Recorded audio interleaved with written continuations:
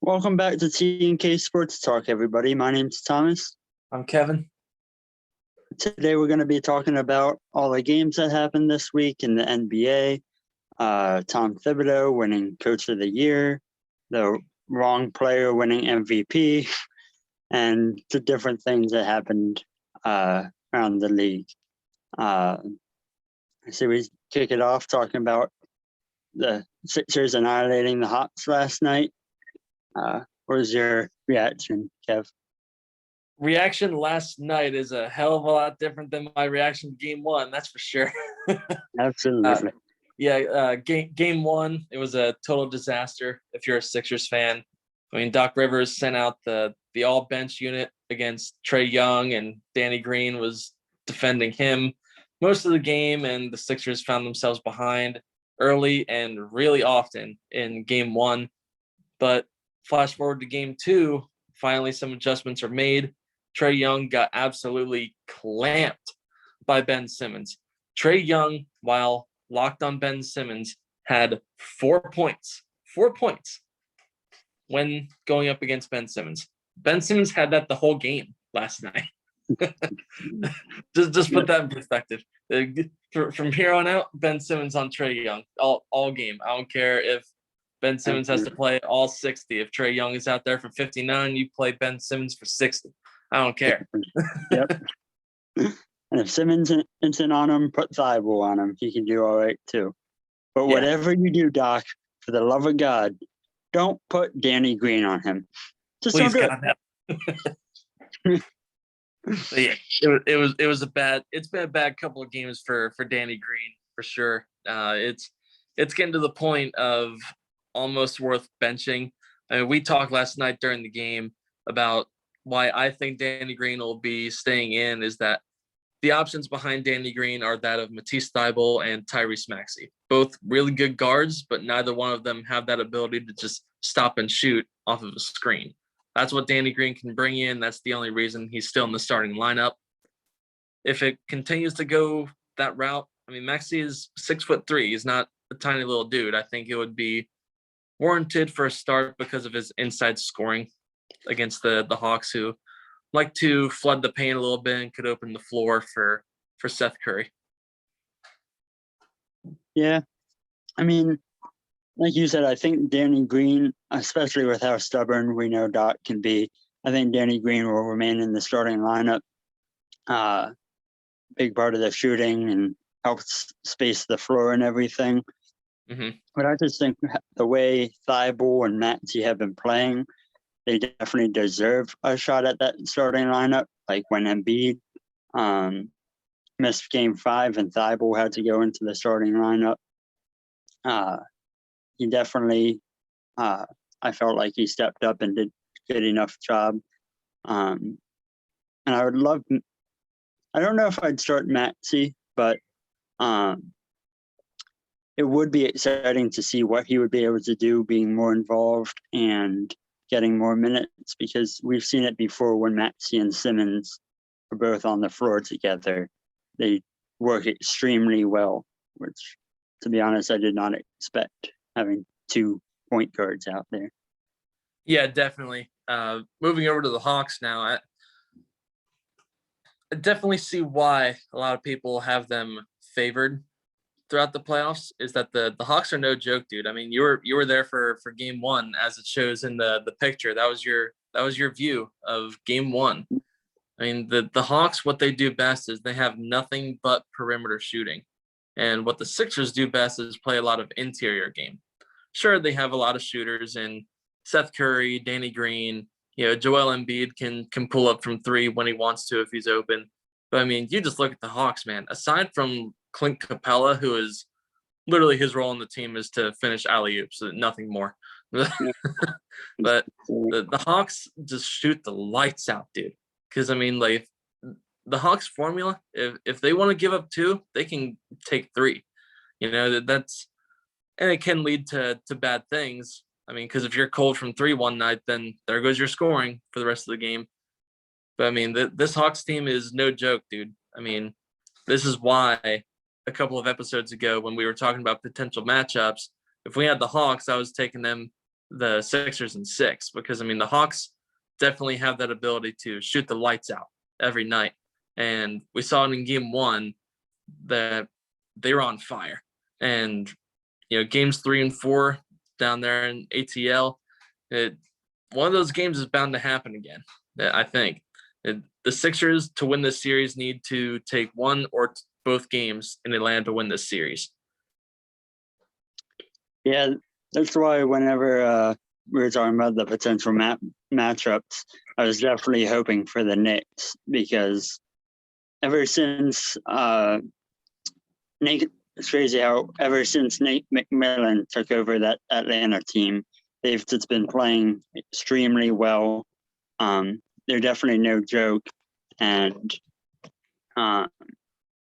the way that they can shoot the 3 ball is so dangerous. Like that, whenever you have a team that is that good at shooting threes, and seemed like they were literally making everything on Game 1. Like I was sitting there and just, he's not going to make this one. He's falling down to the ground. Nope, that goes in too. It was insane. Yeah, they shot what, 73% from the floor in Game 1? Like, it was some ridiculous number. They could not miss. But they're definitely a good team and everything. I wish they wouldn't have had that great shooting night, the night that I decided to drive to Philly and be in attendance. But hey, maybe I'm their bad luck charm. I go to that game, they lose. I'm not at the game, they win. Don't worry, Philly fans, I'll stay away now. But hey, at least you got to see that badass DX entrance with Embiid. That was awesome. Place was going insane when that happened. But I do think that Atlanta's probably going to take one of the games down in Atlanta. They're definitely no joke. They definitely belong in the playoffs. They deserve to be where they're at, for sure. Absolutely. But it's going to be tough for them too, because like you said, we're a very inside team and they're a very perimeter team. But you've noticed in both games, even the game we lost, he still had 39 points. They just have no answer for Embiid. Yeah. And I think it was just announced today that their center DeAndre Hunter is out for the rest of the year. He's not coming back. So I think every game in this series, as long as he keeps staying healthy, Embiid's definitely going to have a good game against them. It's really just going to come down to how our perimeter plays. And if, Simmons is aggressive and Harris is making his shots and Curry keeps hitting 5 threes like he did last night, and Shake Milton even comes in. Shake Milton has a better game than Trae Young, For real. Oh my God. But like, it's so weird with Joel Embiid's knee, because like anytime he dunks or he falls, you totally cringe whenever you see it happen, knowing that there's a tear in that knee, and if it goes one way or the other, then bad news, even more bad news, But with him being so ginger on that knee, he almost looks better, because we saw him multiple times in Game 2. He's shimmying and using his feet so much more to establish an inside presence and get space. Because a lot of people, everyone knows how physical Joel Embiid is when he wants to get into the paint. But when he's outside the paint and kind of in that 15-foot range and pulling up with that fadeaway, as dangerous as that is, with that knee and having to be ginger on it, he's shifting his feet a lot more and creating a lot more space. It's so bizarre. But if this continues for Embiid, the Sixers can definitely take a game in Atlanta and come back to Philly for that crucial Game 6. Yep, I agree. Or Game 5, rather. Sorry. Right. Yeah, I think before the series started, I said Sixers in 6, I believe. Yeah, you made that bet on FanDuel of Sixers and 6. Yeah. Yep. But to be honest, I think it's probably going to go 7 because I think the way Atlanta can to shoot the ball, they can definitely. I think they'll definitely pick up one. I think we split the games in Philly. I think we're going to probably split the games in Atlanta. We'll probably win the game in Philly. I say then they probably win the game in Atlanta. And then I say game 7, we take them out and go play the Brooklyn Nets, who look absolutely unstoppable right now. Yeah, I don't know what's up with the Bucks, dude, but they look so sorry right now. And that's not Antetokounmpo's fault. That's everyone else's fault that's around them. But no one is stepping up. I mean, Drew Holiday is only flirting in the teens with points, and freaking everyone else is just flirting with teens when you need to be in the 25 to 30 range to beat the Nets. Yeah, and you had Chris Middleton. He couldn't make anything in that first half in game 2. I know he stepped it up in the second half, but Giannis was definitely not getting much help. But I think I saw the Bucks are the favorite in game 3 because they're at home. Yeah, they should be. That's common spread for the home team to get the advantage, but when you're facing the Nets, home court only goes so far. At some point, you gotta match talent for talent, because with those 3 superstars, they'll silence that crowd really fast. Yeah, if they get going. And they're doing all this without James Harden. Put that in mind. They put on that performance in game 2 without one of the big 3 that they put together.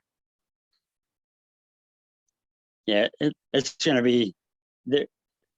And I know I think I picked the Bucks in 7. Definitely was wrong there, and I said a big reason why was because Brooklyn could score a lot of points, but they just couldn't play defense to be able to stop Milwaukee.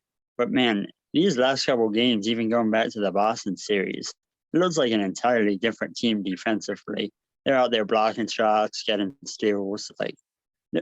They might not be the best defense in the playoffs, but they're definitely playing good. Yeah, they're an average defense with an elite offense.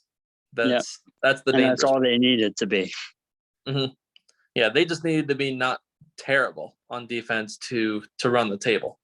Now, I know that Vegas was hoping and praying that the Lakers were gonna get out of the West and get to see a Lakers versus Nets matchup. See ya, LA, but it's not getting that matchup now. And honestly, unless it's the Suns or the Nuggets, I really don't see anyone on the West side that could stop the Nets from winning a title.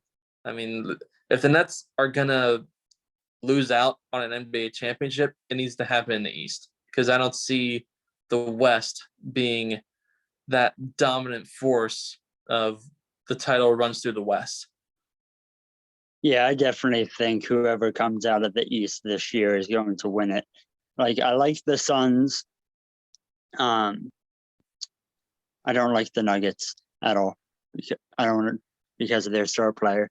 I like the Clippers too, but I don't think any of them would be able to beat Philly or Brooklyn. And Jazz, I think the Jazz could put up a little bit of a competition, but I still think Brooklyn or Philly would beat the Jazz too. Yeah, the Jazz definitely pose the biggest threat coming out of the West, because they have an elite defense and they have the proper scoring to make some noise. It's just a matter of, if you're facing the Nets, you need that every single night. Yeah. And the Nets right now are proving that they are bringing it every night. It's all coming together for Brooklyn at the right time for Brooklyn. Yeah, definitely. They're playing better defense. Kyrie and KD have been pretty hot. And I don't know where this performance out of Blake Griffin has been, even, I was going to say this year, but the past couple years, He's so under the radar. he's looking like vintage Blake Griffin again, Yeah, knocking down threes and getting posterizing people, getting all those boards. diving on the ground for the 50-50 balls. What veteran on a super team like Blake Griffin dives on the ground for 50-50 balls? I know, right? I mean, and not to say that playing on the Pistons definitely took a few years off of his career for sure. Yeah, seriously. It was almost going to look like an Andrew Luck situation where he's like, all right, I've had it. I'm done. Yeah. Yeah. But yeah. Going into the awards now that we now have found out, we'll start with Coach of the Year, Tom Thibodeau of the New York Knicks. This is exactly who everyone thought was going to win Coach of the Year. I mean, what couldn't be said about Thibodeau turning the Knicks around to get into the playoffs? Short-lived, they got dominated by the Hawks, but definitely a lot to be proud of if you're a Knicks fan. Yeah, the way he was able to turn around New York was definitely impressive until, it lost 4 straight in the playoffs. Yeah. But, I mean, who knows how much of that was New York losing it and Atlanta just playing top of their game right now. A little bit both. Yeah. I definitely see why Tom Thibodeau was the Coach of the Year. I tweeted out whenever it was announced, but I think what Monty Williams did in Phoenix, I would have taken Monty Williams as Coach of the Year over Thibodeau. Like, I know Chris Paul, I know we'll get into the MVP talk, but I saw Chris Paul got like 2 votes for MVP, just the way he was able to go and help turn Phoenix around and everything. But don't get me wrong, Chris Paul definitely had a big part in turning it around. But it being Monty Williams, second season? Yeah, second season, right? Yeah, second season. Yep. Yeah. I mean, first season he did pretty good. Second season he was really able to come in and, establish everything he wanted to establish. I mean, I think it's a little bit of both, but if Chris Paul was getting multiple considerations for MVP, I think Monty should have had a little bit more consideration for Coach of the Year. Yeah, I can see that because, I mean, you factor in what the Suns were for so many years before Monty Williams got there. I mean, Devin Booker was still a great talent, but Monty Williams has definitely gotten the most out of him. And DeAndre Ayton has finally come into his own. I know it's only his 3rd season, I believe. Yeah. And he's looking like the great big man that they wanted to draft. I mean, he's definitely holding his own down there in the middle, and adding Chris Paul and getting the most out of him to lead that young team. It's a lot to be said about what Monty Williams did. I think it's just a matter of the market. New York had the big market, Yep. and New York, I think, was the worst longer in terms of having the worst reputation of the two, I believe. Because, Yeah, Phoenix still had Devin Booker. They still had DeAndre Ayton and Chris Paul. The Knicks rolled into this year with, RJ Barrett, still a great prospect, and Julius Randle. And Tom Thibodeau got the most out of that of Derrick Rose, for crying out loud. I think that's mainly what it was. Is you look at the market, who had the least to work with, and who was also in the playoffs. Both teams made the playoffs. New York has the bigger market. New York had less to work with. And that's why Tom Thibodeau won Coach of the Year. Yeah, I can see it. And Thibodaux did do a great job. But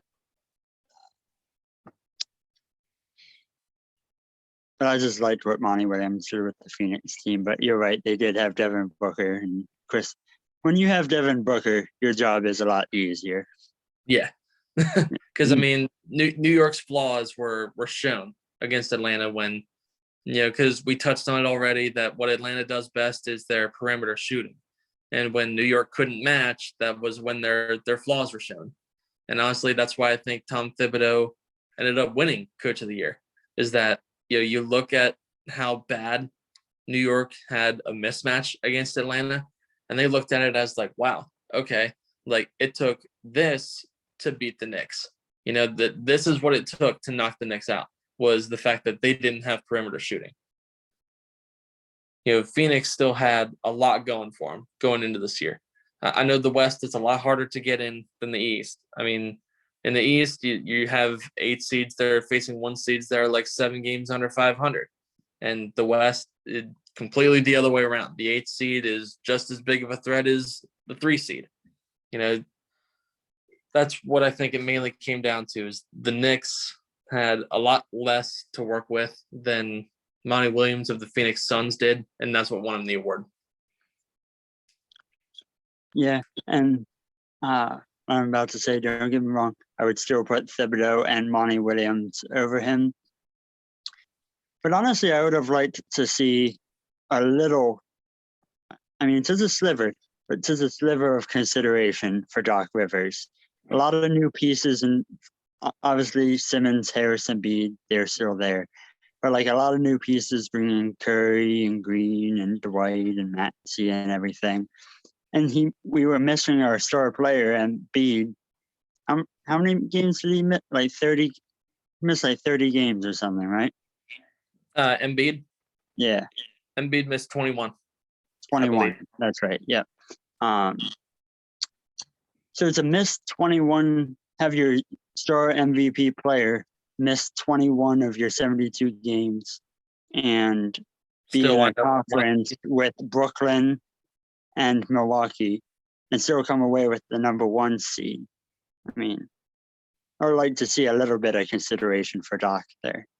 A little bit of love. I think he just didn't, because Doc Rivers all around the league is very respected, and he did the same thing in Boston. He did the same thing with the Clippers, turned those teams from average to great in a season.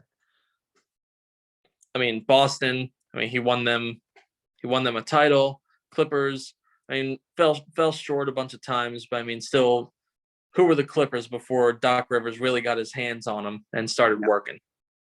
They really did not have an identity at all. Yep, definitely. But that's not to be said about who should win executive of the year, and that is 76ers president Daryl Morey, for completely stripping the roster down and leaving the Sixers with what they got right now.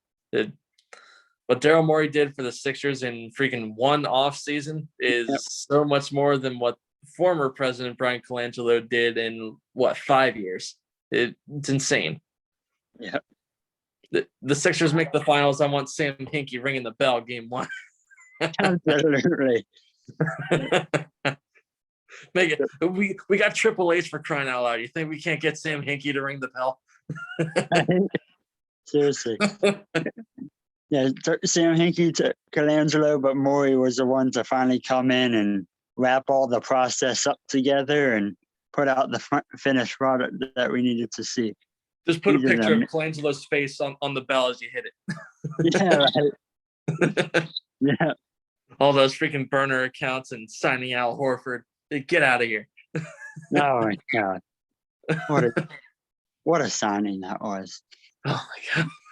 Well, that's why Morey should win the award as it is. He found a trade suitor for Al Horford. Yeah, really. We got a star big man in Embiid. What else do we need?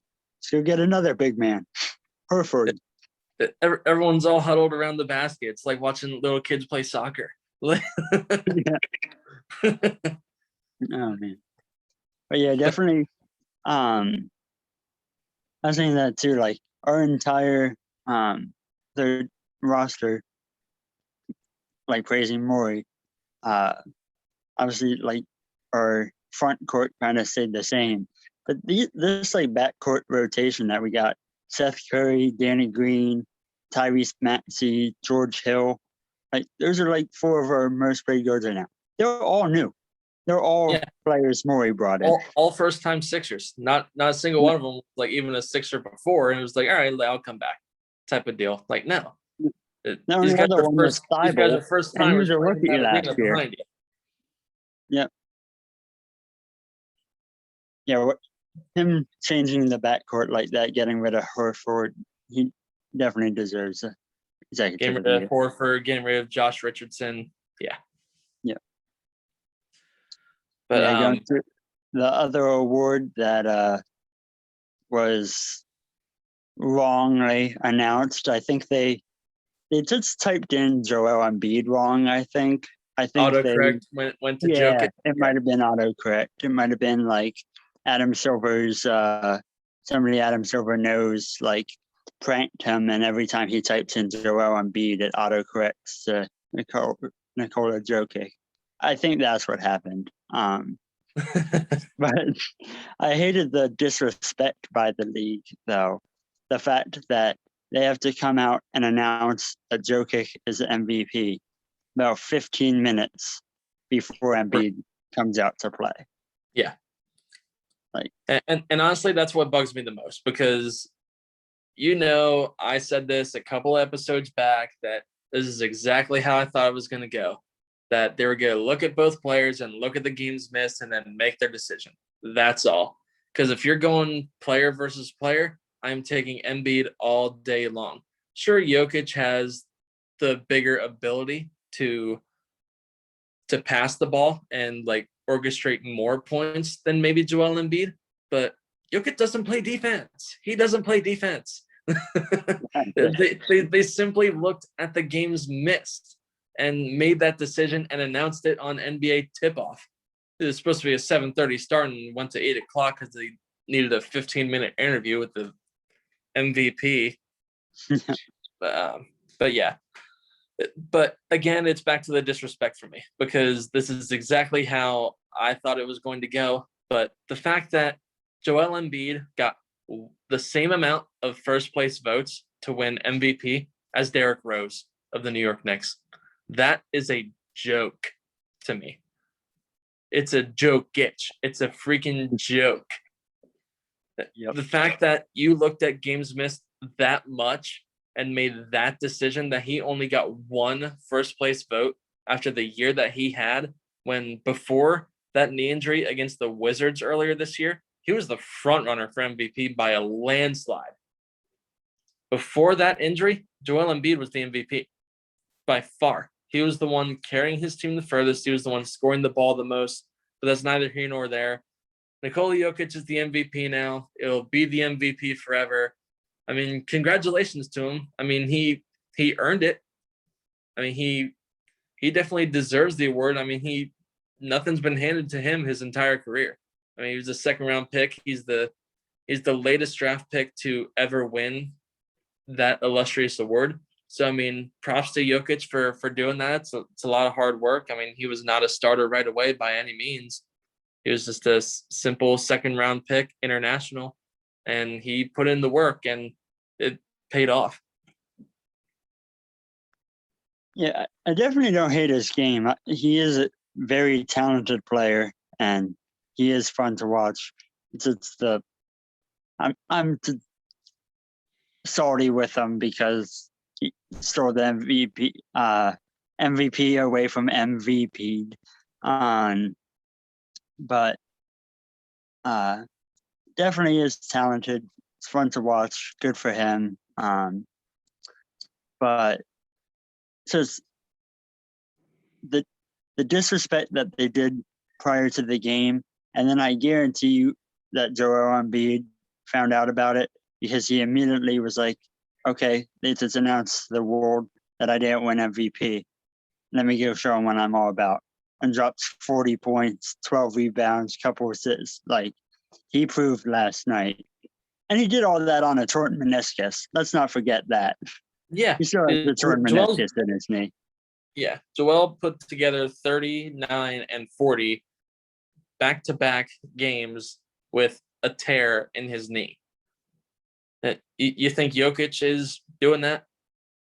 Yeah, Jokic can definitely put up some points, but just watching Embiid's game, he'll step back, knock down a couple threes, then even in the post, if you come to double team him, he'll still run through the double team and dunk on him, or just, lean back a little bit, shoot right over. Like, he kept getting double teamed constantly last night. and no problem whatsoever. He kept scoring. Still put up 40. Yeah. Yeah. And then, like, I know Jokic can do that too. He has good post moves. He can shoot from three. Thing with Embiid, though, he was going down and blocking shots and playing defense too.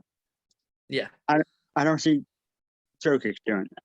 Like, yeah, and I do understand why. It's because of the availability. And I mean, best ability is availability. But definitely if I'm taking one player on my team, it's definitely Embiid. And I'm not mad at him for getting him because I love the player. He had a great season and everything. But I can't believe Steph Curry even got more votes than Joel Embiid. He got 5. Yeah. 5 first place votes for Steph Curry. That definitely just came in with the fact that Steph Curry's won MVP before. He has him on his shelf already. He's just good. He's gonna get votes every year, whether or not he's in the running or not. And that's just the way it is. But speaking of the rest of the NBA, there's multiple teams that, since we recorded last, have been eliminated. One of them is our good friend who won the Damian Lillard jersey last week. I'm sorry, bud, but your Trailblazers got eliminated in heartbreaking fashion to the Nuggets, and Damian Lillard could be on his way out. Going into trade talks here, it's going to break my heart because I'm such a huge Damian Lillard fan, and I only know him as wearing that Portland Blazers uniform, but it's time.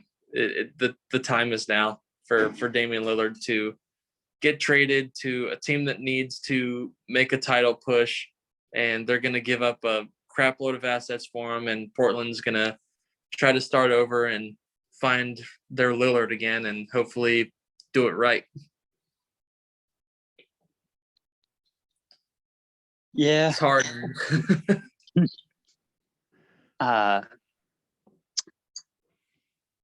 I think Portland needs to just try and give up everything they can except for Damian Lillard and surround him with talent. So then, everybody agrees for him to stay and everything. Because I don't have a problem with the Trailblazers. I like the Trailblazers. I'd love to see Lillard keep making his shots, especially for Papa Mick, who just got that jersey today, actually.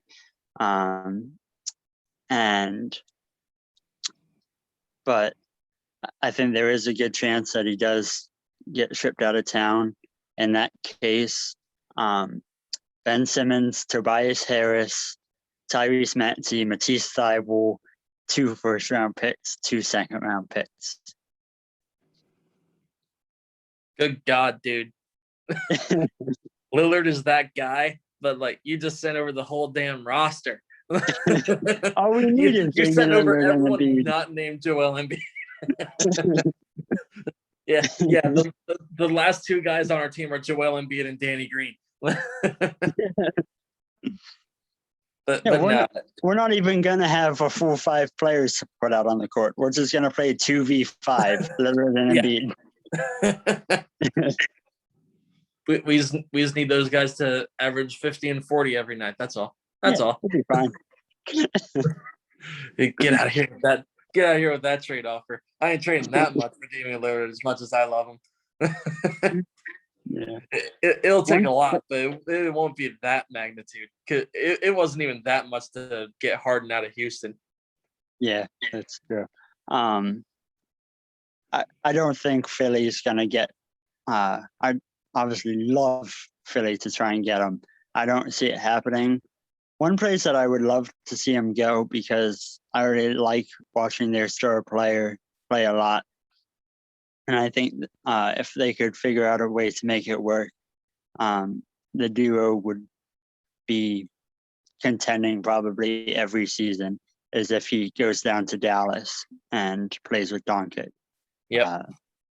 I think Damian and that Luka would be lethal. Yeah. Yeah, Damian and Luka, they're both, still young. Obviously, Luka's a lot younger, but just both of their scoring abilities, being able to do everything. And that would be, I think the title would probably be going through Dallas at one point if that was to happen. It definitely could. We'll see, because first things first for Dallas, that they got to get Luka locked up. I mean, if you want my prediction, Luka ain't going anywhere. He's such a great talent and a generational talent. I'll go as far as saying that, to where hand him a blank check, have him write it out, and say, okay, you cannot afford to lose Luka when he's still this young. Give that young man a blank check and sign it for him and take it to the bank. Absolutely. Because that's the first thing that Dallas has to take care of. I mean, if they want to go after Lillard, I mean, who cares? Trade Porzingis in a package, because I mean, it's going to take like a couple of players and some picks to get Lillard out of Portland. And Portland has Yusuf Nurkic at center, and you're potentially getting that of a Kristaps Porzingis to play a tall power forward, or maybe you switch them out. But I mean, Dallas definitely has a lot to offer, because I mean, they're not in the like title contention. So I mean, Portland would definitely listen to that, because they're like, okay, like these picks will fall somewhere in the mid to late teens, with them being in the West and everything. Like, unless they like totally knock the block off with Luka and Lillard, these future picks are going to fall in the teens, and we could use that to get a generational talent if one comes out in the future, and there's our replacement for Lillard. But my prediction for Lillard, unfortunately, because I do not want Damian Lillard to come to the East, but that is the New York Knicks. I think the Knicks have so much to offer. I mean, you could trade RJ Barrett, who has a lot of potential to him. I mean, he's still he was third overall behind Zion and Morant. Yeah, he was third overall. So I mean, you can still play that card. You could trade RJ Barrett, then you could trade Derrick Rose and a crap load of picks to get Damian Lillard. I mean, there's multiple Twitter. I know, take Twitter with a grain of salt and everything, but with interactions that Damian Lillard has had on Twitter with fans, when he's playing on 2K, on PlayStation, Xbox, whatever, they asked him, like, what team do you always choose when you're in my career? He doesn't choose Portland. He chooses the Knicks. He said every single time. Yeah, he said he chooses the Knicks every single time. So I mean, he has a thing for the New York market. So I mean, if you're in New York, I mean, you just got embarrassed by Atlanta. You got to pick up the phone and figure out what time zone that Portland is in. Give them the first freaking phone call that they hear in the morning and say, look, just talk to us. What do you want? Because we need this player. We didn't have the player against Atlanta. That's why we lost. Damian Lillard is that guy. What do you want for him? Yeah, it's definitely a star-driven league. So you need, if the Knicks want to contend, they need a star like Lillard.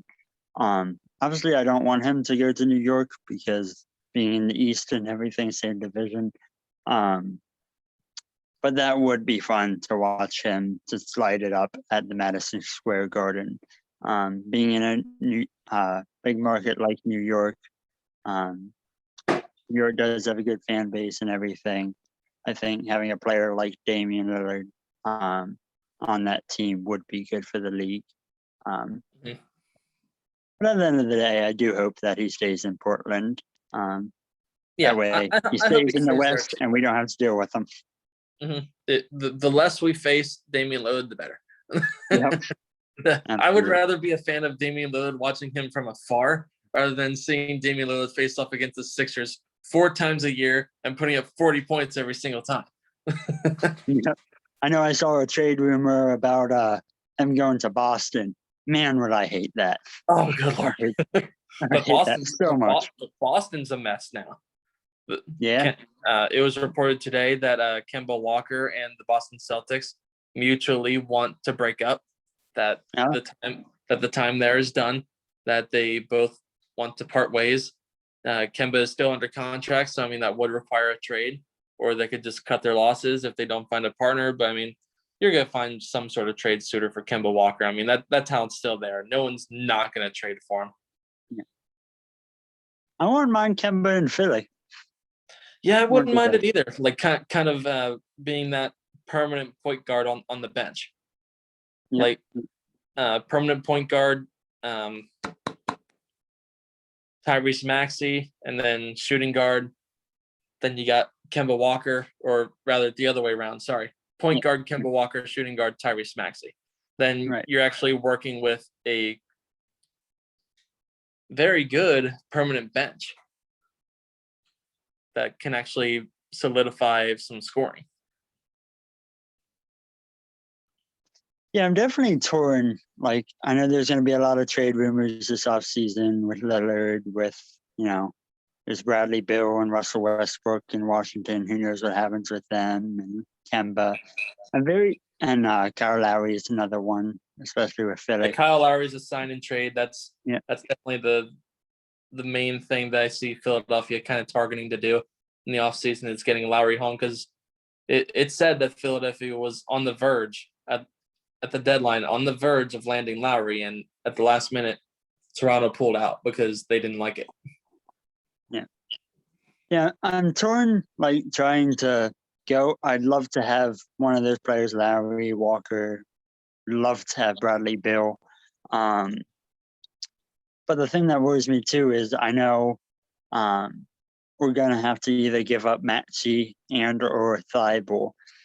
And I just don't know, do you go out and get the kind of older veteran Kyle Lowry, or do you keep developing Tyrese Maxey and Matisse Thybulle? And who knows, maybe Tyrese Maxey and Matisse Thybulle turn out to be better players. Well, I think I know we keep circling around to the Sixers here, but I think that Maxey right now is viewed as untouchable to 76ers president Daryl Morey, because that was who Toronto wanted in the trade package for Kyle Lowry, and Morey kept saying, no, I'm not giving up Tyrese Maxey. I'm not doing it. And if it involves trading Matisse Thybulle, I know that if we have 76ers fans watching, I'm going to get absolutely crucified for this. But if I had the choice of the two, I'm trading Matisse Thybulle, okay? Because there's no way that you can't find another player out there somewhere in the league that plays D like Matisse Thybulle. Sure, Matisse has still all that potential to use, okay?